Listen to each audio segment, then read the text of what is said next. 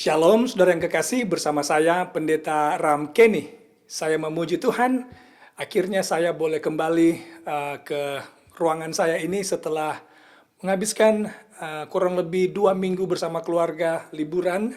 Kami pergi ke Colorado dan tadi pagi kami tiba di rumah setelah melewati badai salju yang sangat hebat. Tapi puji Tuhan, kami boleh tiba di rumah kembali dengan selamat.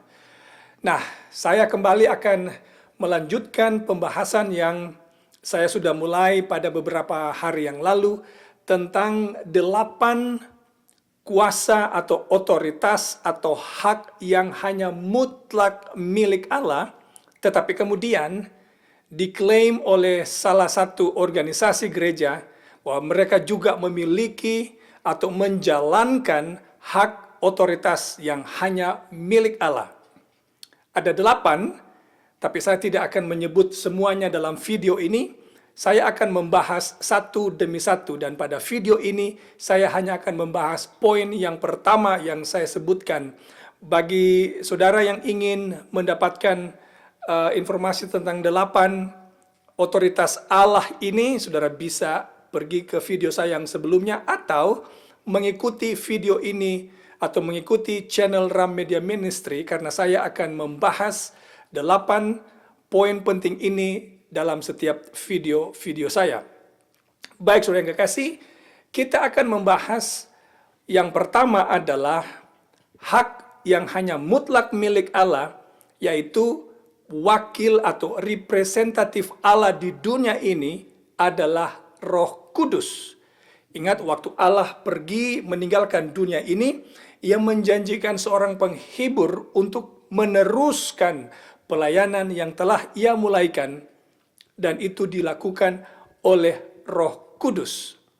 Tetapi kemudian ada gereja yang mengklaim bahwa mereka atau pemimpin gereja ini adalah representatif Allah atau wakil Allah di bumi ini.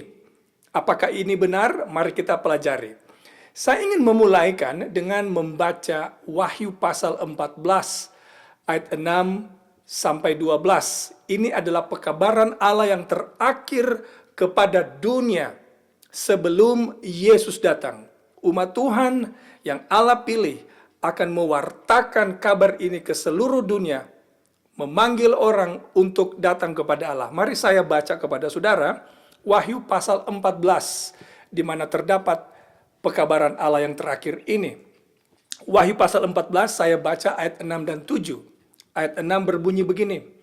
Dan aku melihat seorang malaikat lain terbang di tengah-tengah langit, dan padanya ada Injil yang kekal untuk diberitakannya kepada mereka yang diam di atas bumi dan kepada semua bangsa dan suku dan bahasa dan kaum.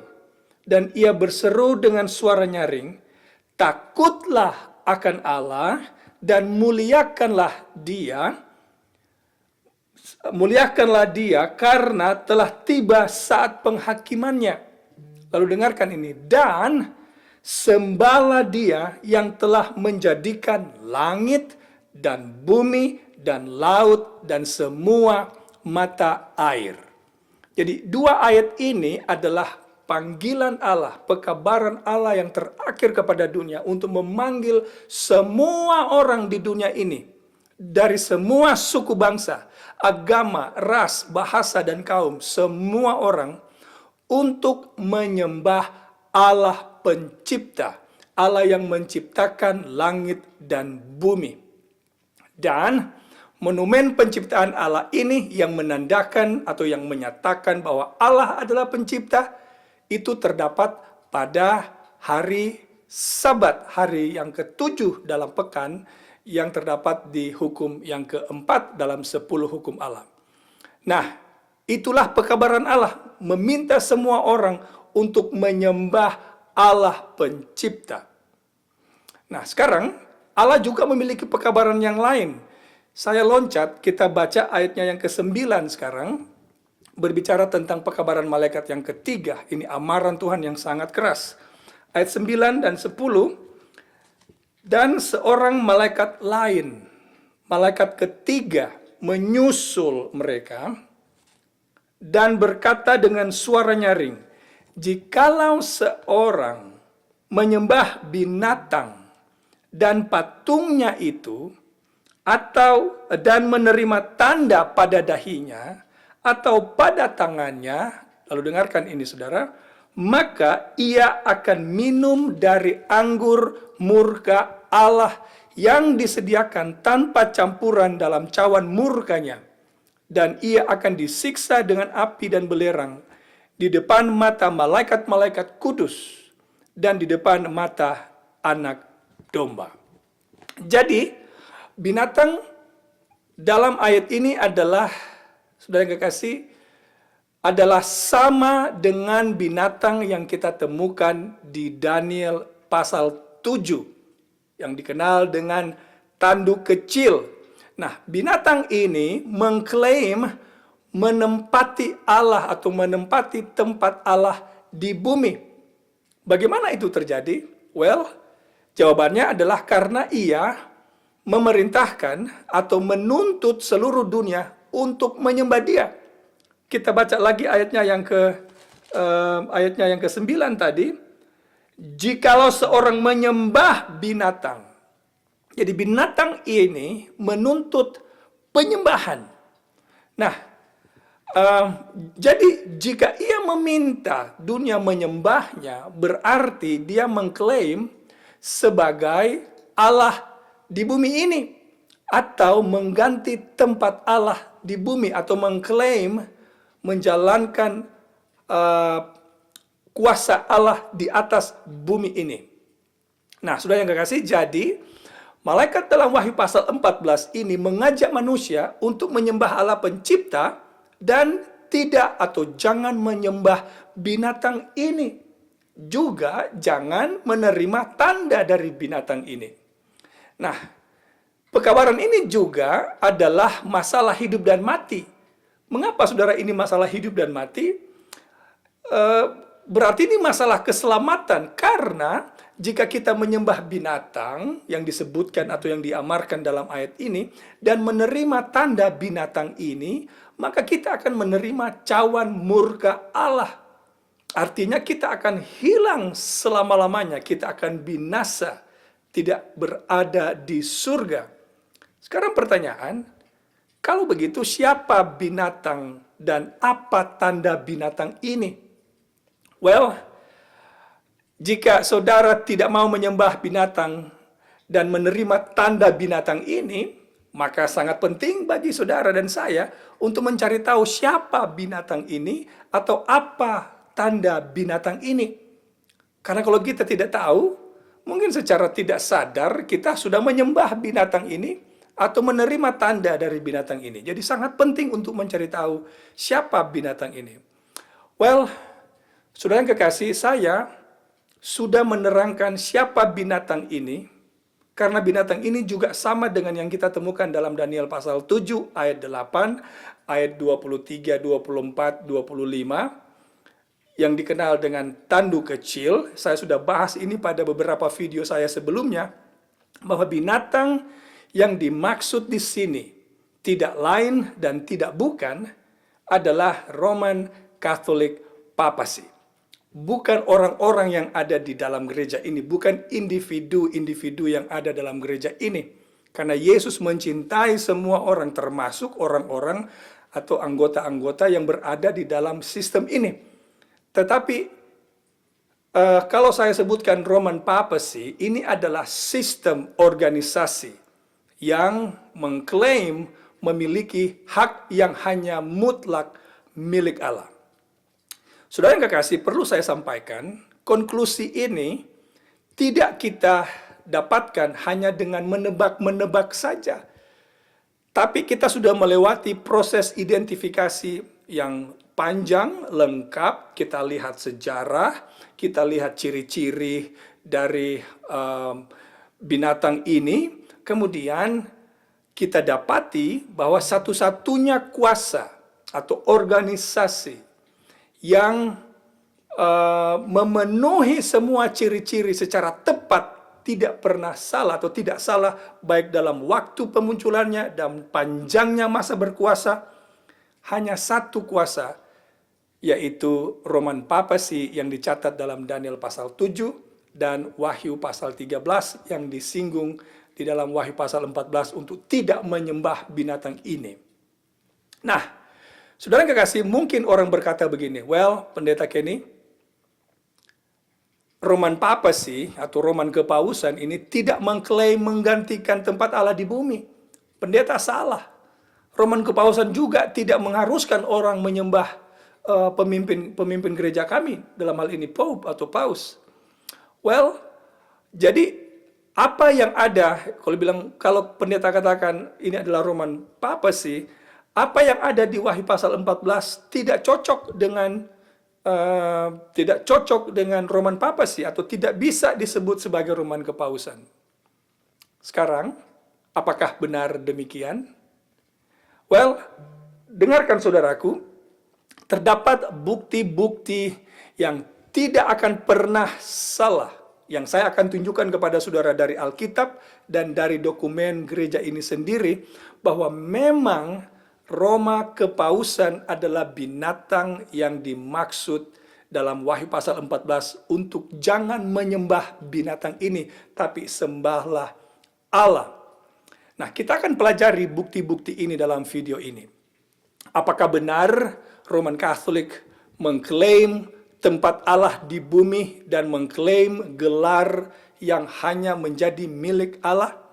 Apakah benar Roman Papacy mengklaim bahwa gereja menjalankan kuasa yang hanya dimiliki oleh Allah saja?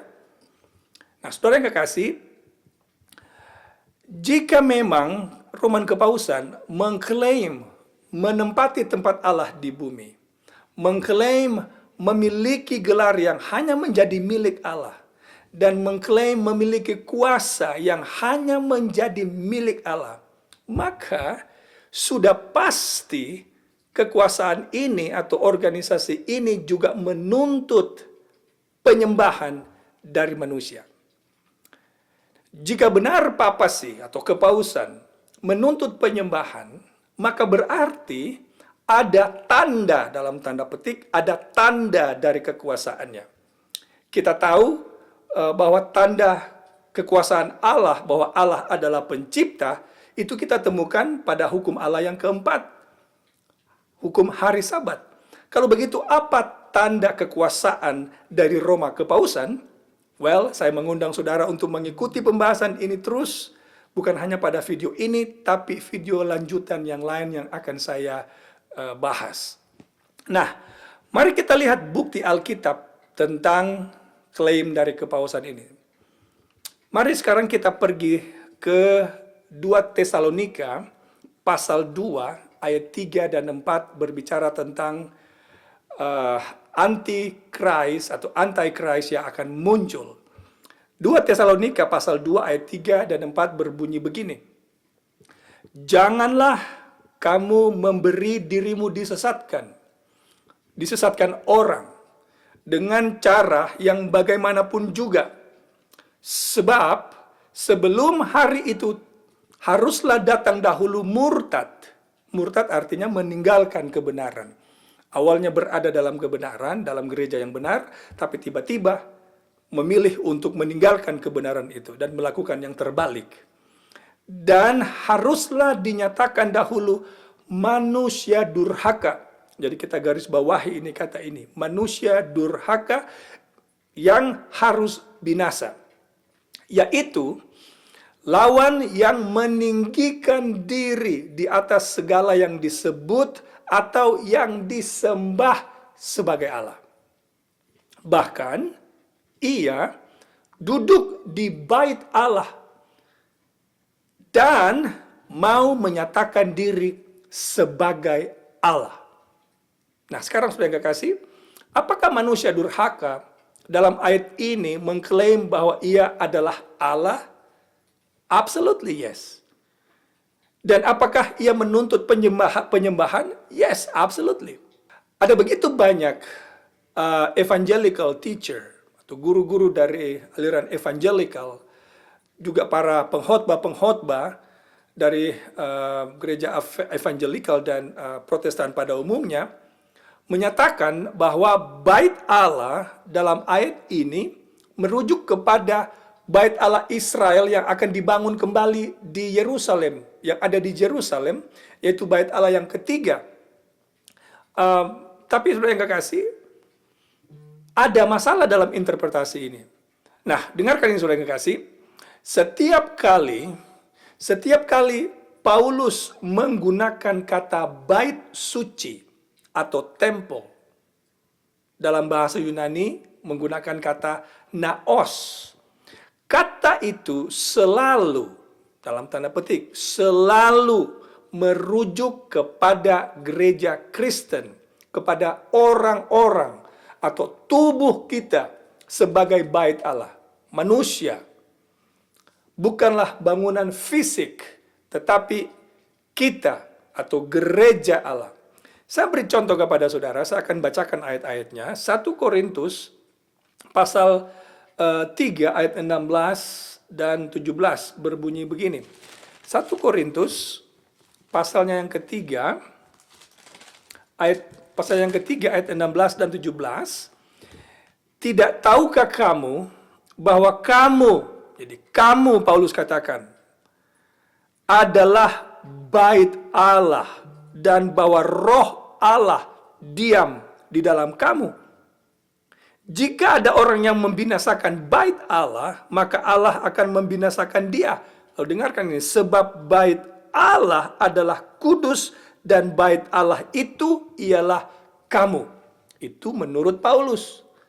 Nah, mari saya beri contoh yang lain. 1 Korintus pasal 6, kita pindah ke 6 ayat 19 20. Atau tidak tahukah kamu bahwa tubuhmu adalah bait Roh Kudus yang diam dalam kamu, Roh Kudus yang kamu peroleh dari Allah, dan bahwa kamu bukan milik kamu sendiri, sebab kamu telah dibeli dan harganya lunas dibayar. Karena itu muliakanlah Allah dengan tubuhmu. Kembali kita lihat Paulus merujuk bait Allah itu sebagai kita, tubuh kita adalah bait Allah. Ayat yang lain, kita pergi sekarang ke 2 Korintus pasal 6 ayat 16. 2 Korintus pasal 6 ayatnya yang ke-16 berbunyi begini. Apakah hubungan bait Allah dengan berhala? Karena kita, dengarin saudara, karena kita adalah bait dari Allah yang hidup menurut firman Allah ini. Dan saudara bisa baca selanjutnya. Lalu nanti saya akan tambahkan, kita akan lihat ayat ini sebentar, yaitu Efesus pasal 2 ayat 19 dan 21. Atau sampai 21. Jadi saudara kekasih, setiap kali kata naos atau temple atau dalam bahasa Indonesia bait suci, bila setiap kali kata ini digunakan, selalu merujuk kepada gereja atau umat Kristen atau gereja Kristen, tubuh kita sebagai bait suci. Dan tidak pernah merujuk kepada bait suci Yerusalem yang akan dibangun di Yerusalem, rebuild temple atau temple yang ketiga yang akan dibangun nanti. Bukan itu yang Paulus bicarakan. Bait suci yang Paulus bicarakan bukan itu. Lagi pula Alkitab menyatakan bait suci Israel atau bait suci Yerusalem sesudah Stefanus dilontari dengan batu bukan lagi disebut sebagai rumah Allah. Mari saya tunjukkan kepada saudara, kalau saudara pergi ke Matius pasal 21 ayat 12 dan 13, di sana diceritakan Yesus masuk ke dalam bait Allah, kemudian dia melihat orang-orang berjual beli, kemudian dia dia marah di sana karena orang berjual beli di rumahnya. Lalu ini yang dia sebutkan di ayat 13. Yesus berkata, rumahku, jadi bait Allah disebut oleh Yesus, rumahku akan disebut rumah doa. Tetapi kemudian ketika Yesus menubuatkan tentang hancurnya Yerusalem yang akan dilakukan oleh Roma, saudara bisa pergi ke Matius pasal 23 ayat 38, Yesus berkata begini tentang bait suci. Rumahmu, dia tidak lagi menyebut rumahku, tapi rumahmu ini akan ditinggalkan dan menjadi sunyi. Jadi bait suci yang dibicarakan kalau begitu oleh Paulus bukanlah bait suci fisik yang dibangun oleh Salomo yang dihancurkan oleh Roma tahun 70. Tapi bait suci yang dimaksud adalah gereja atau umat-umat Allah itu sendiri. Nah, sekarang mari saya tunjukkan kalau begitu tulisan Paulus tentang bait suci. Lalu ada hal yang menarik atau penting yang saya mau sampaikan di sana. Kita pergi sekarang ke Efesus pasal 2, ayatnya yang ke-19 sampai 22 yang berbunyi begini.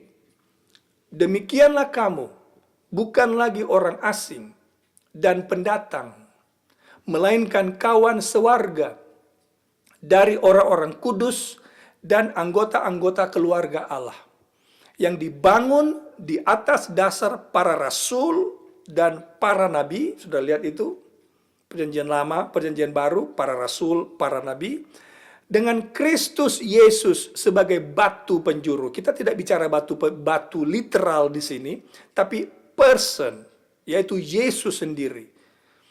Di dalam Dia, dalam Yesus maksudnya, tumbuh seluruh bangunan rapi tersusun. Ya, berbicara tentang bangunan, tapi bukan bangunan fisik. Rapi tersusun menjadi bait Allah yang kudus di dalam Tuhan. Di dalam Dia kamu juga turut dibangunkan menjadi tempat kediaman Allah di dalam roh. Jadi saudara yang kekasih sudah dengar itu. Jadi Paulus berbicara tentang bait suci sebagai bait suci di sini adalah kita yang dibangun di atas dasar Yesus dan para nabi dan para rasul. Nah, di zaman perjanjian lama, Shekinah or the glory of Shekinah ini adalah terang kemuliaan Allah yang mendiami tahta Allah di kemah suci. Kalau saudara belajar pelajaran tentang kemah suci atau bait suci, terang kemuliaan Allah itu menerangi tabut perjanjian, tempat di mana Allah menunjukkan kemuliaannya. Kemuliaan ini disebut sebagai the glory of Shekinah. Oke? Nah, tetapi dalam perjanjian baru, Shekinah ini tidak lain dan tidak bukan adalah Roh Kudus Allah itu sendiri. Jadi bagi Rasul Paulus, sekali lagi, bait suci adalah gereja, orang-orang yang ada di dalam jemaat.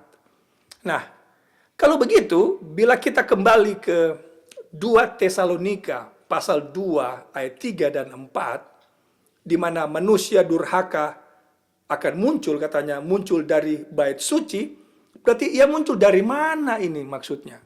Saudara yang kekasih, manusia durhaka dalam 2 Tesalonika pasal 2 ayat 3 dan 4 akan muncul dari dalam gereja. Tentu gereja ini adalah gereja yang sudah jatuh, yang sudah murtad karena manusia durhaka. Ini bukan gereja yang literal, bukan bangunan bait Allah literal, tapi orang-orang. Oke? Jadi kita tidak akan melihat manusia durhaka ini muncul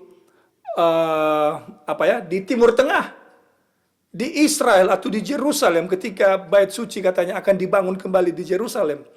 Saudara yang kekasih, ajaran ini kalau didengar oleh Paulus, ia akan bingung karena Paulus tidak pernah mengajarkan hal yang demikian.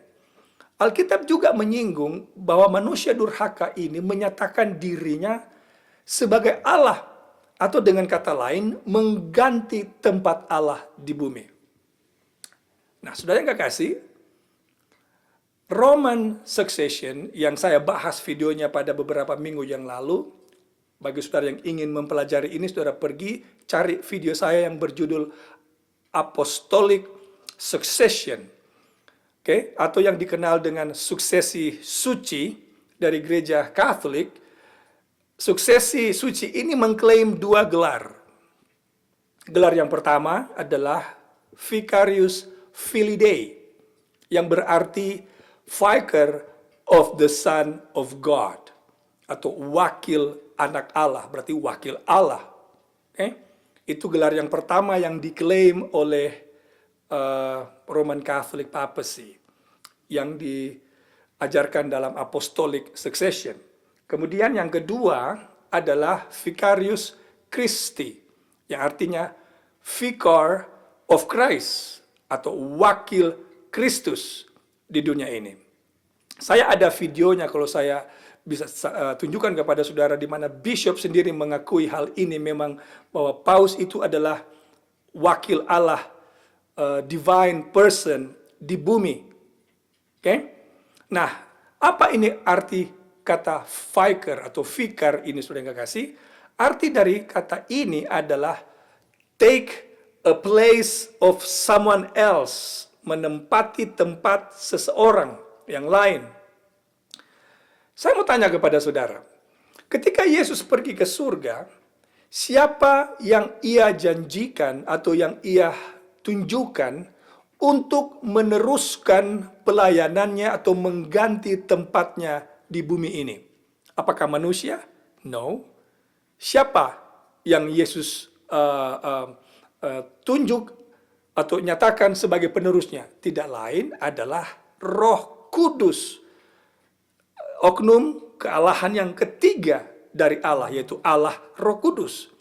Tetapi saudara yang kekasih, Roman Katolik mengklaim dan percaya bahwa wakil Yesus di bumi ini atau wakil Allah di bumi ini adalah Roman Bishop atau Roman Pontiff, dalam hal ini Paus atau Pope.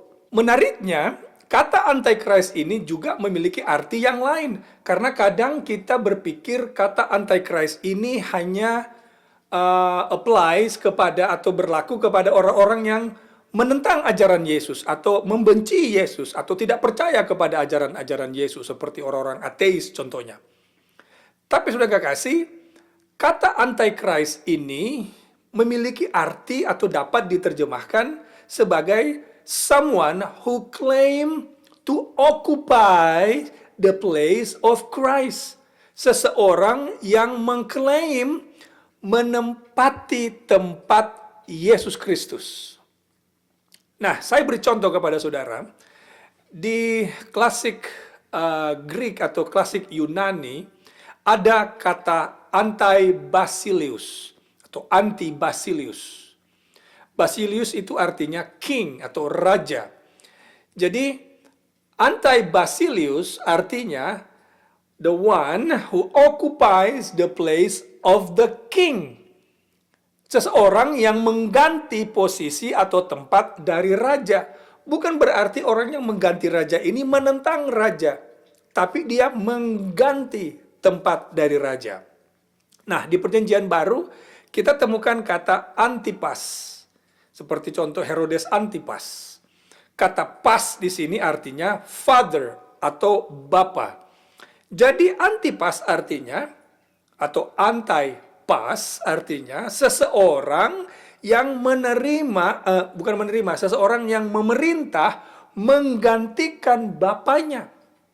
Bukan berarti orang ini bertentangan dengan bapaknya atau membenci bapaknya atau tidak sepaham dengan bapaknya, tapi ia simply mengganti tempat bapaknya. Kemudian mungkin saudara pernah dengar kata anti-type. Di dalam Alkitab, domba itu adalah the type of Jesus atau lambang dari Yesus. Dan Yesus sendiri adalah anti-type dari domba itu sendiri. The anti-type of the lamb. Artinya, waktu Yesus mati di kayu salib, Yesus mengganti tempat dari type, yaitu domba.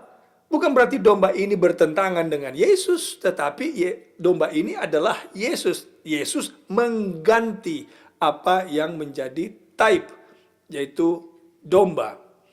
Jadi kata Antichrist bukan hanya berarti seseorang yang melawan Yesus atau yang bertentangan dengan Yesus, tapi juga berarti seseorang yang mengganti tempat dari Yesus.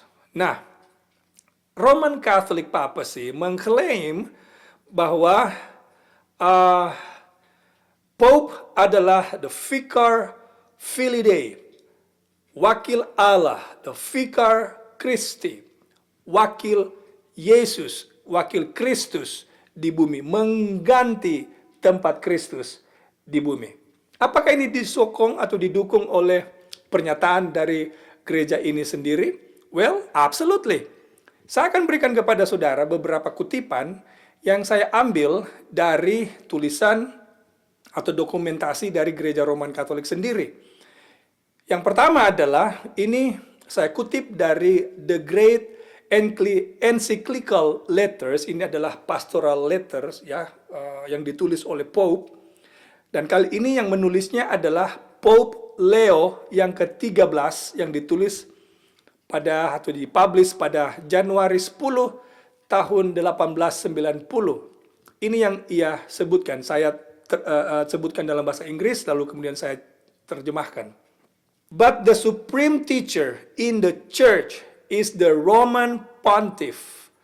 Unions of mind, therefore, requires, together with a perfect accord in the one faith, complete submission and obedience of will to the church and to the Roman Pontiff, ini maksudnya Pope, as to God Himself. Saya terjemahkan kepada saudara. Tetapi guru yang tertinggi atau yang terutama di dalam gereja adalah Roman Pontiff, Paus. Persatuan pikiran bersama-sama dengan satu iman yang sempurna mengharuskan complete submission, penerimaan yang sepenuhnya, yang sempurna, dan penurutan yang sempurna akan kehendak dari gereja dan atau kehendak dari Roman Pontiff, dalam hal ini Paus, seperti halnya kepada Allah sendiri.